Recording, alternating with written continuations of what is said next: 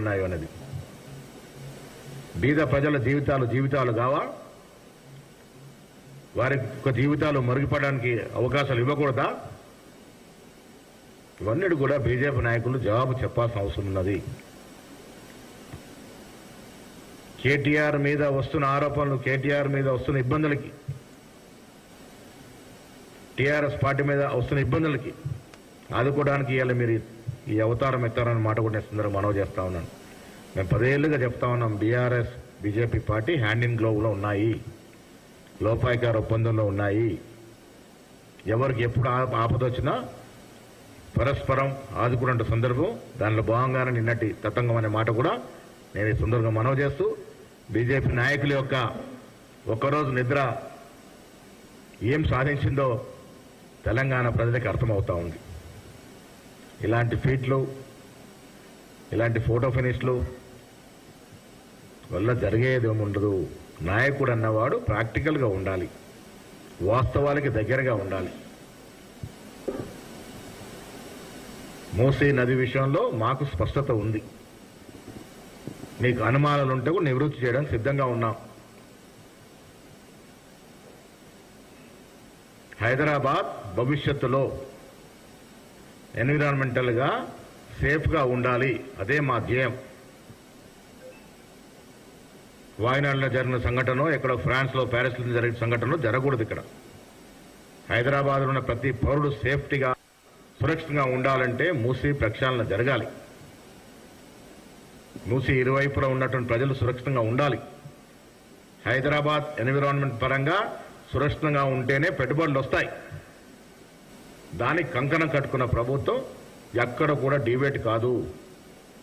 మా ముఖ్యమంత్రి, ఉప ముఖ్యమంత్రి, మంత్రులు, మా ప్రభుత్వం అభివృద్ధి కోసం కట్టుబడి ఉంది.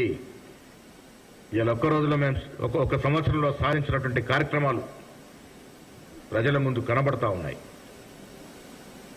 10 ఏళ్లలో బీఆర్ఎస్ చేసినటువంటి అభివృద్ధి ఏ రకంగా, అంతకన్నా మేలైన అభివృద్ధి, మేలైన సంక్షేమం ఒక సంవత్సరం ఇవ్వగలిగినాము.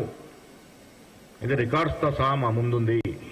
దీన్ని ప్రజలు అర్థం చేసుకోవాల్సిందిగా విజ్ఞప్తి చేస్తా ఉన్నాం.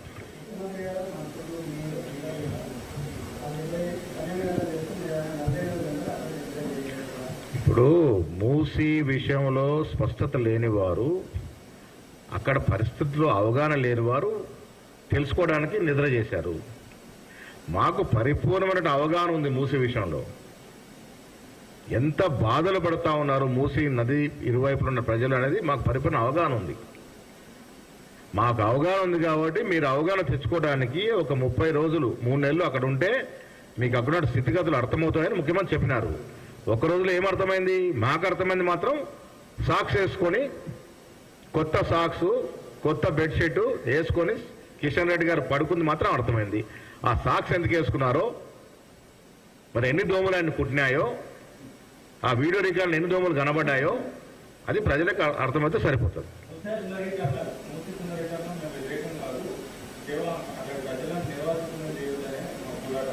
మరి ఆయన్నే కాంక్రీట్ ప్లాన్ ఇవ్వమనండి.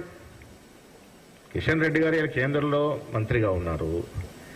మేము ఒక డిపిఆర్ తీసుకొస్తా ఉన్నాం, మాది ఒక ప్రణాళిక ఉంది. దాన్ని ఏ విధంగా చేస్తుందో ప్లాన్ ఇవ్వండి. కేంద్రంలో ప్రభుత్వంలో ఉన్నారు కదా మీరు. అల్టిమేట్గా మనకు కావాల్సింది ఏమిటి? రేపు ఈ హైదరాబాద్ పట్టణంలో ఒక భారీ వర్షం పడితే గతంలో జరిగినట్టుగా 1908లోనో 1912లోనో ఒక భారీ వర్షానికి 18,000 మంది మూసీ నదిలో కొట్టుకుపోయినారు. నయా పూలు తప్ప అన్ని పూలు కొట్టుకుపోయినాయి అప్పుడు. ఇది చరిత్ర. అలాంటి జరగకుండా ఉండటానికి మేము ఒక ప్రక్షాళన కార్యక్రమం శ్రీకారం చుట్టాము. మీరు ఇవ్వండి సలహాలు. మా ప్రభుత్వమే కేసీఆర్ లాంటి ప్రభుత్వం కాదు, నిరంకుశ నియంత్రణ లాంటి ప్రభుత్వం కాదు. మేము ఓపెన్ మైండ్తో ఉన్నాం.